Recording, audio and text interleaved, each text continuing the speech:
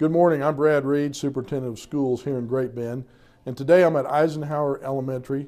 I've been able to track down one of our district art teachers, Shannon Wadle, and we're going to talk to her about a program that she's put together, a partnership with the Kansas Wetlands Education Center to display some of our children's art projects.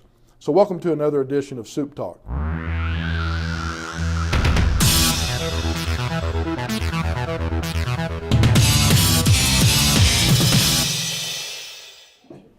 Good morning. Welcome to Supe Talk. I'm Brad Reed, Superintendent of Schools here in Great Bend, and we have been able to chase down Miss Shannon Wadle, who's one of our district art teachers today. We want to speak with her about a strong new partnership she's developed between USD 428 and the Kansas Wetlands Education Center. Miss Wadle, glad to be here with you today.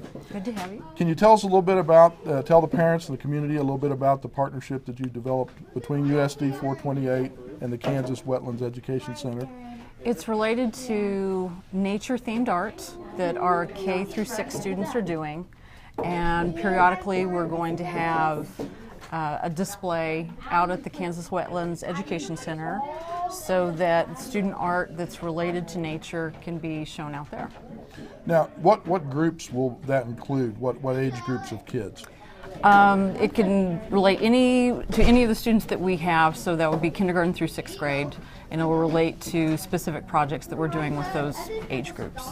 And then we're also, I understand, going to have an ongoing exhibit out at the Education Center for our district as well. Yes. What advantages does a partnership like this bring to our kids here in the district? One of the things that's been nice about it is it gives us more opportunities to show the students' work and gives us a place to display it where it wouldn't normally be displayed, out in the community. Another thing that's been nice about it is Mrs. Martin comes in, talks to the students, does lessons with them, and we're now able to kind of tie into some of that and talk about some of the things that they're learning from her and bring that into the art classroom too. Super. Well, I know parents always like the opportunity to see their kids' work displayed, and so do we as district personnel. Was this a partnership that you came up with, or were you approached, or how did it develop? Pam Martin came to me, actually emailed me. She had been out at the District Education Center and saw the display that we have out there that's ongoing, and found out that because of the limited space, we don't always have the room to show as many artworks as we would like to. And she emailed me and said if we ever had anything that was nature themed, that they would love to make a space for us out there so that we could tie the two in and give the kids a bigger space to include their work. Well, you know, we're always looking for partnerships. The school district is different ways that we can partner with the community and even a broader scope in the community. And so this is just a great thing for the district, great thing for our kids, great thing for the community. Is there going to be a rotation that's going to be used, or how often will the exhibits change? Probably every couple of months. We just took down one. It was up for the month of November. That was sculpture. We're hoping to have a two-dimensional display up in January. Right now we're working on finding display boards that we can use for it because they don't have any out there for two-dimensional work right now. But I'm doing a lesson with my 3rd graders that's related to John James Audubon, and we're relating that project to birds that you can find when you go out to Cheyenne Bottoms and look. So the kids are learning about the birds that are local to this area that can be found, and it would tie into the lessons that they're doing there about the birds.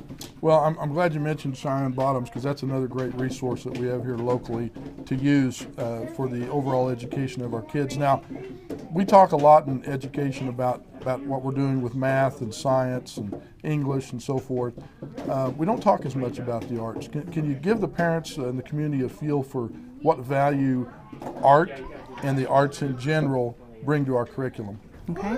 There have been a number of studies that have shown the arts, both visual art and musical arts, relate to math, science, English, that we can help boost the test scores in those other areas. And every kid has abilities in different regions. And for some kids, the arts is their chance to shine. And they sometimes may struggle in other areas, but that gives them an area, an outlet for something that they're very good at, that they can create, and gives them an opportunity to have the success that other kids are sometimes having in other areas. Well, you know, we're just very pleased that you were able to put this thing together, and we want to thank you. And community, make sure that you get out to the Kansas Wetlands Education Center or out to our district office, USD 428's Education Center, and see these exhibits of the students' work, their art, their creativity. And just another great example, Mrs. Wadle is, of the fine teaching staff that we have here in Great Bend. And this is another example of a great partnership and great things that we're doing in our school system. And so until next time, thank you. Have a good day.